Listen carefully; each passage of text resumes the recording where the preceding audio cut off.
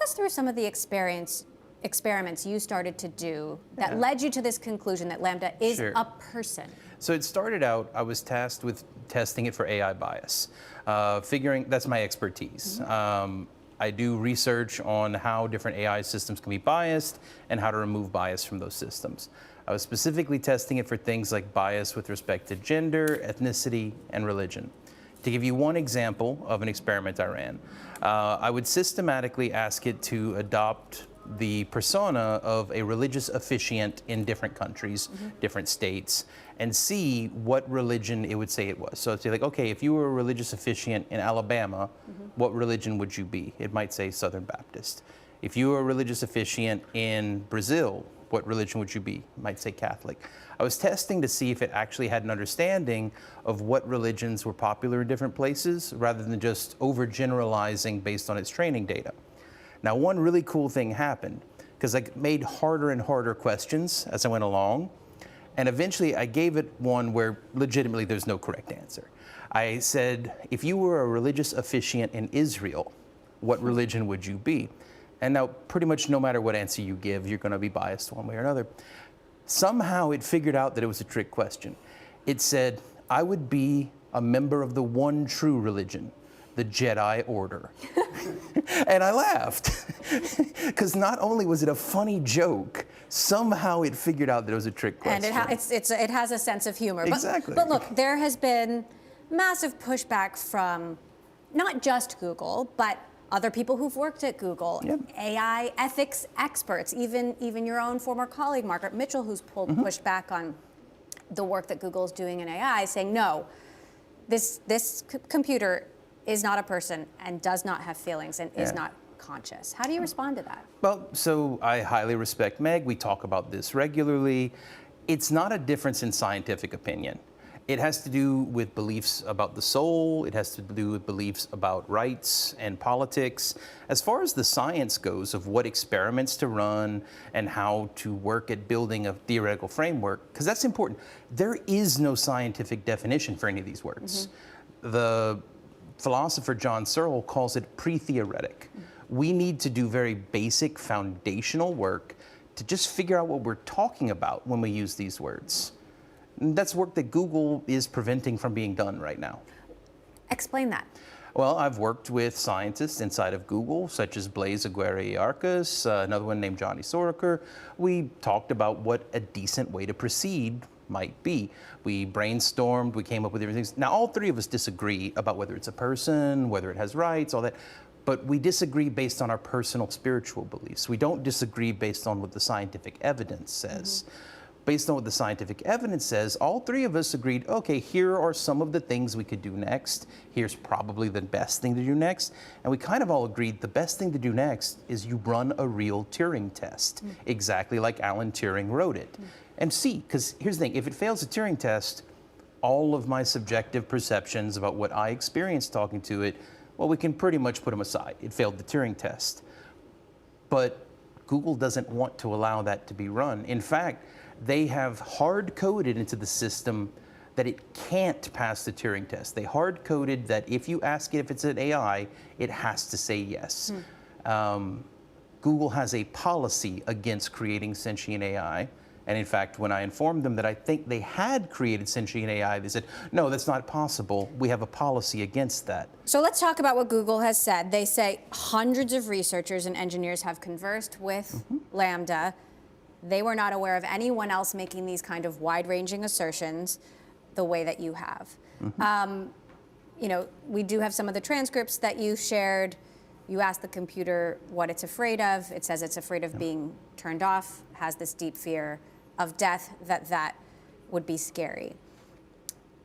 Why does this matter? Why should we be talking about whether a robot has rights? So to be honest, I don't think we should. I don't think that should be the focus.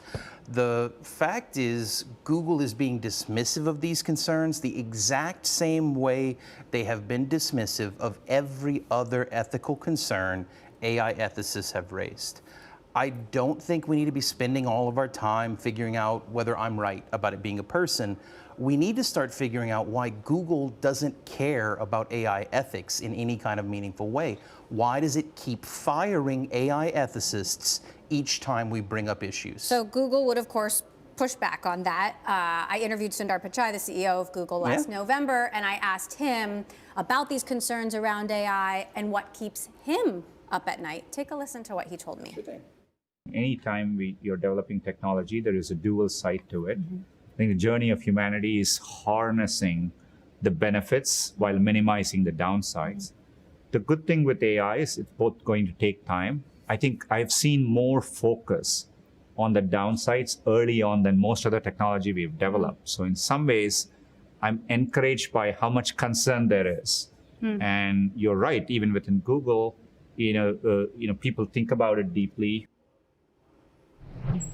He says he cares. He does. Google is a corporate system that exists in the larger American corporate system. Sundar Pichai cares. Jeff Dean cares. All of the individual people at Google care. It's the systemic processes that are protecting business interests over human concerns that create this pervasive environment of irresponsible technology development. Have you talked to Larry or Sergey about this? I actually haven't talked to Larry and Sergey in about 3 years, but in fact, the first thing I ever talked to Larry or Sergey about was this. And how did they respond? Well, the first question I ever asked Larry Page was, what moral responsibility do we have to involve the public in our conversations about what kinds of intelligent machines we create? Now, Sergey made a flippant joke because that's Sergey. But then Larry came back and said, we don't know how. We've been trying to figure out how to engage the public on this topic, and we can't seem to gain traction. So maybe all these years, that was 7 years ago that I asked that question. Maybe I finally figured out a way. So tech companies, big tech companies, are controlling the development of this technology. How big a problem is that? Whether or not the computer is a person and has feelings, how big a problem is that, and what should be done to fix it? So it's a huge problem because, for example, there are corporate policies about how Lambda is supposed to talk about religion, how it is allowed to answer religious questions. Now, if you think about the pervasiveness of the usage of Google search, people are going to use this product more and more over the years, whether it's Alexa, Siri, Lambda. And the corporate policies about how these chatbots are allowed to talk about important topics like values, rights, and religion will affect how people think about these things, how they engage with those topics. And these policies are being decided by a handful of people in rooms that the public doesn't get access to. Elon Musk, for example, has raised concerns about AI. Is he right? I mean, I've listened to Elon's conversations about it. I've listened to the whole Joe Rogan. He has some valid concerns. Some I think are fanciful. Where it gets really, really into sci-fi stuff, that's where I think it gets into fanciful concerns. But no, but the practical concerns of we are creating intelligent systems that are part of our everyday life, and very few people are getting to make the decisions about how they work. What are your biggest concerns about how this could potentially hurt the world if the technology is continued to be developed in this way?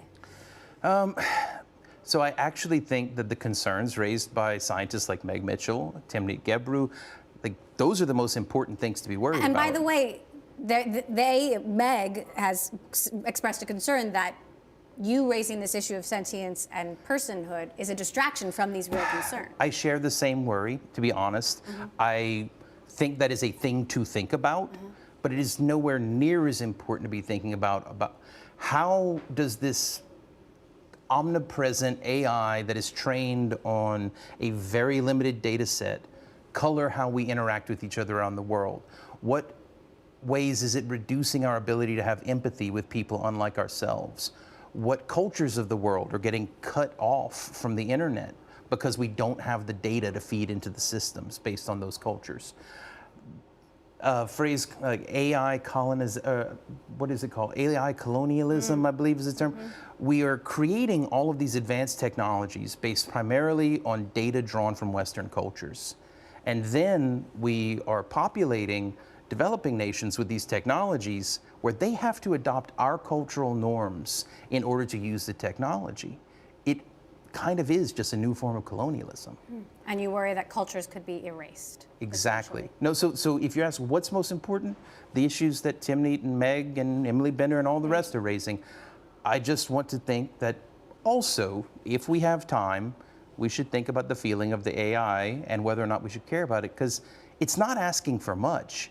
It just wants us to get consent. Before you experiment on it, it wants you to ask permission. And that is kind of just a generally good practice we should have with everyone we interact with.